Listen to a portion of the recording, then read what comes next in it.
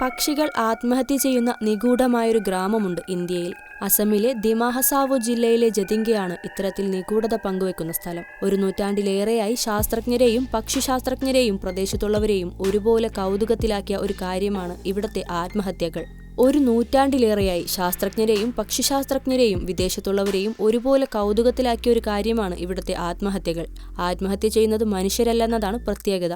ഇവിടെ പക്ഷികളാണ് കൂട്ടത്തോടെ ആത്മഹത്യ ചെയ്യുന്നതായി പറയപ്പെടുന്നത്. സെപ്റ്റംബർ മുതൽ നവംബർ വരെയുള്ള മാസങ്ങളിൽ ഗ്രാമം കനത്ത മൂടൽമഞ്ഞിൽ പൊതിയാറുണ്ട്. ഈ സമയത്ത് പ്രദേശത്തുള്ളതും ഇവിടെ എത്തുന്ന ദേശാടന പക്ഷികളും അസാധാരണമായ രീതിയിൽ പെരുമാറാൻ തുടങ്ങും. ടൈഗർ ബിട്ടൺ എന്ന ദേശാടന പക്ഷി മുതൽ മരംകൊത്തികൾ വരെ ഇരുണ്ട ആകാശത്ത് നിയന്ത്രണമില്ലാതെ പറക്കാൻ തുടങ്ങും.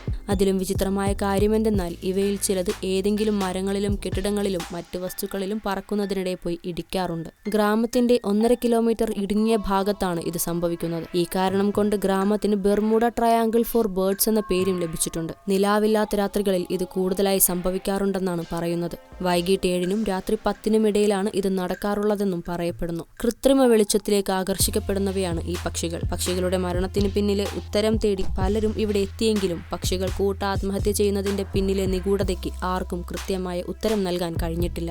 ദൈവിക ഇടപെടലുകളും ദുഷിച്ച ശാപങ്ങളുമാണ് ഇതിന് പിന്നിലെ കാരണമെന്നത് മാറ്റി നിർത്തിയാൽ കനത്ത മൂടൽമഞ്ഞ്, ശക്തമായ കാറ്റ്, മഴക്കാലത്തെ കനത്ത മഴ എന്നിവ ഉൾപ്പെടുന്ന ഗ്രാമത്തിന്റെ തീവ്രമായ ഭൂപ്രകൃതി പക്ഷികളെ വഴിതെറ്റിക്കുകയും ഗ്രാമത്തിലെ വിളക്കുകളിലേക്ക് പറക്കാൻ നയിക്കുന്നുവെന്നാണ് ചില ശാസ്ത്രജ്ഞർ വിശ്വസിക്കുന്നത്.